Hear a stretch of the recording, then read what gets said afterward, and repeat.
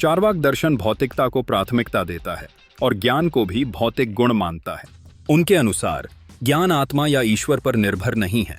जब शरीर में भौतिक तत्व पृथ्वी, जल, वायु व आग एकत्रित होते हैं तो उनमें चैतन्य का गुण उत्पन्न होता है। चार्वाक मत में ज्ञान देह में एक आगंतुक गुण के रूप में। चार्वाक दार्शनिक पूर्ण रूपेण भौतिकवादी हैं तथा वे किसी भी नित्य आध्यात्मिक सत्ता को स्वीकार करने के पक्ष में नहीं हैं। ऐसी अवस्था में जो स्पष्ट कठिनाई उनके सामने आती है वह है ज्ञान की व्याख्या करना।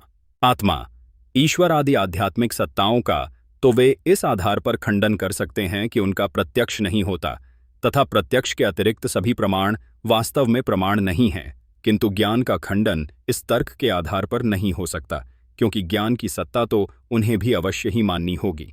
चार्वाक ज्ञान की व्याख्या भौतिकवादी परिप्रेक्ष्य में ही करते हैं। उनका कहना है कि ज्ञान के लिए किसी आध्यात्मिक तत्व को मानने की आवश्यकता नहीं है। ज्ञान भौतिक वस्तुओं का उसी प्रकार का गुण है जिस प्रकार रंग, रूप आदि उनके गुण हैं।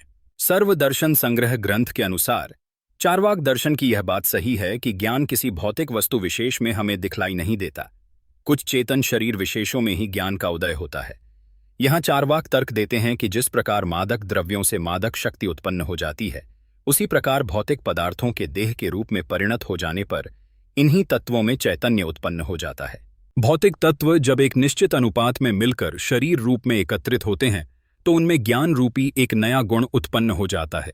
इस प्रकार ज्ञान भौतिक पदार्थों के विशिष्ट संयोग से उत्पन्न एक आगंतुक गुण है जो शरीर के मृत होने पर नष्ट हो जाता है।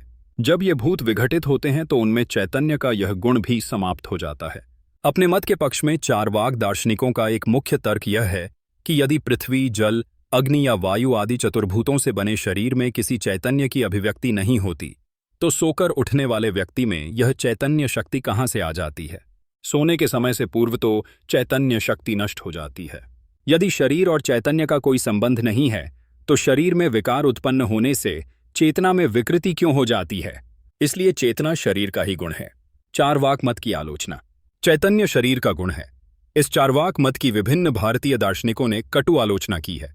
जैसे तरलता तथा उष्णता दोनों जल में विद्यमान होते हैं, किंतु तरलता जल का अपना गुण है जबकि उष्णता जल का गुण न होकर अग्नि का गुण है। दूसरे, चैतन्य शरीर का उसी प्रकार गुण नहीं माना जा सकता जिस प्रकार रूप उसका गुण है। रूप शरीर में सदैव वर्तमान होता है। मृत्यु होने पर भी रूप का शरीर में प्रभाव नहीं होता, किंतु चैतन्य का निद्रा, मूर्छा तथा मृत्यु के समय अभाव हो जाता है। तीसरे, चेतना तो समस्त शरीर में व्याप्त होती है। शरीर विभिन्न अंगों वाला होता है तथा इस प्रकार प्रत्येक अंग को अलग चेतन माना जाना चाहिए, किंतु शरीर के विभिन्न अंगों को अलग अलग रूप से चेतन नहीं माना जा सकता। पांचवें, शरीर के गुणों का या तो बाह्य इंद्रियों से ज्ञान हो सकता है अथवा फिर उनका प्रत्यक्ष नहीं हो सकता। ज्ञान न तो इंद्रियों से जात होता है और न ही वह अप्रत्यक्ष है। उसका बोध वास्तव में मन के द्वारा होता है तथा मन के द्वारा शरीर के किसी गुण का ज्ञान नहीं हो सकता।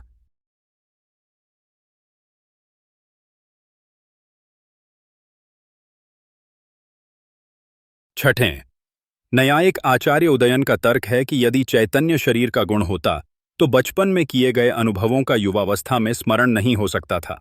शरीर में परिवर्तन होता रहता है, उसका विकास तथा क्षय होता है तथा युवावस्था में वही शरीर नहीं रहता जो बचपन में था, वह इससे भिन्न होता है।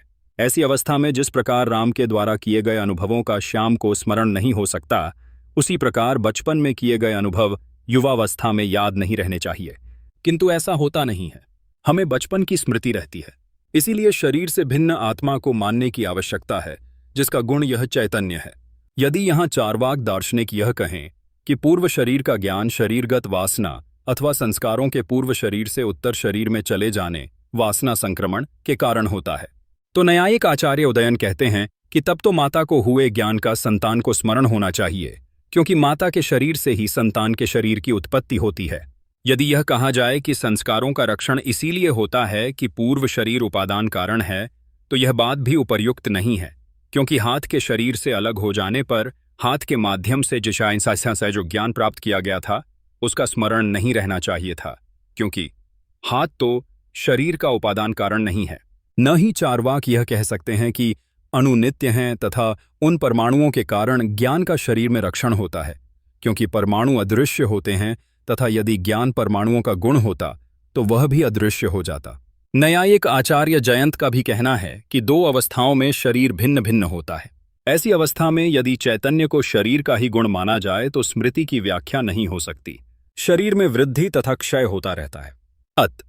यदि चैतन्य शरीर का ही गुण है तो इसके साथ साथ चैतन्य में भी वृद्धि तथा क्षय होना चाहिए, जो नहीं होता।